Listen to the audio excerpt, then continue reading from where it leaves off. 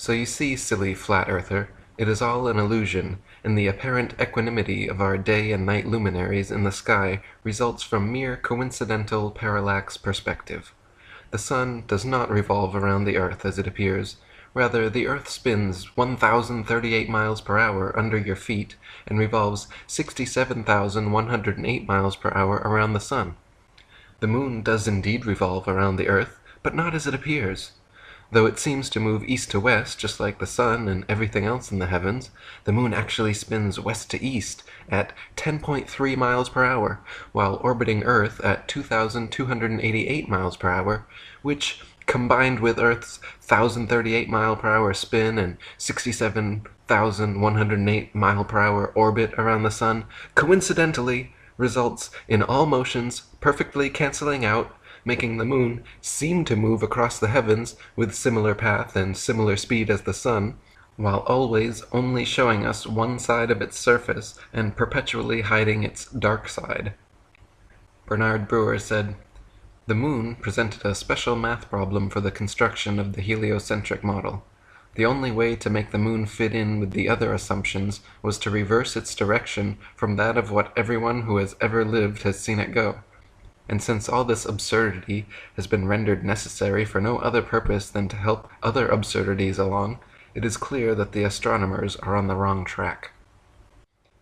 Heliocentrists' astronomical figures always sound perfectly precise, but they have historically been notorious for regularly and drastically changing them to suit their various models. For instance, in his time, Copernicus calculated the sun's distance from Earth to be 3,391,200 miles. The next century, Johannes Kepler decided it was actually 12,376,800 miles away. Isaac Newton once said, "It matters not whether we reckon it 28 or 54 million miles distant, for either would do just as well." How scientific! Benjamin Martin calculated between 81 and 82 million miles. Thomas Dilworth claimed 93,726,900 miles. John Hind stated positively 95,298,260 miles. Benjamin Gould said more than 96 million miles, and Christian Mayer thought it was more than 104 million. Thomas Winship says, "As the sun, according to science, may be anything from 3 to 104 million miles away, there is plenty of space to choose from. It is like the showman and the child. You pay your money for various astronomical works, and you take your choice as to what distance you wish the sun to be. If you are a modest person, go in for a few millions, but if you wish to be very scientific and to be mathematically certain of your figures, then I advise you to make your choice somewhere about 100 millions. You will at least have plenty of space to retreat into should the next calculation be against the figures of your choice.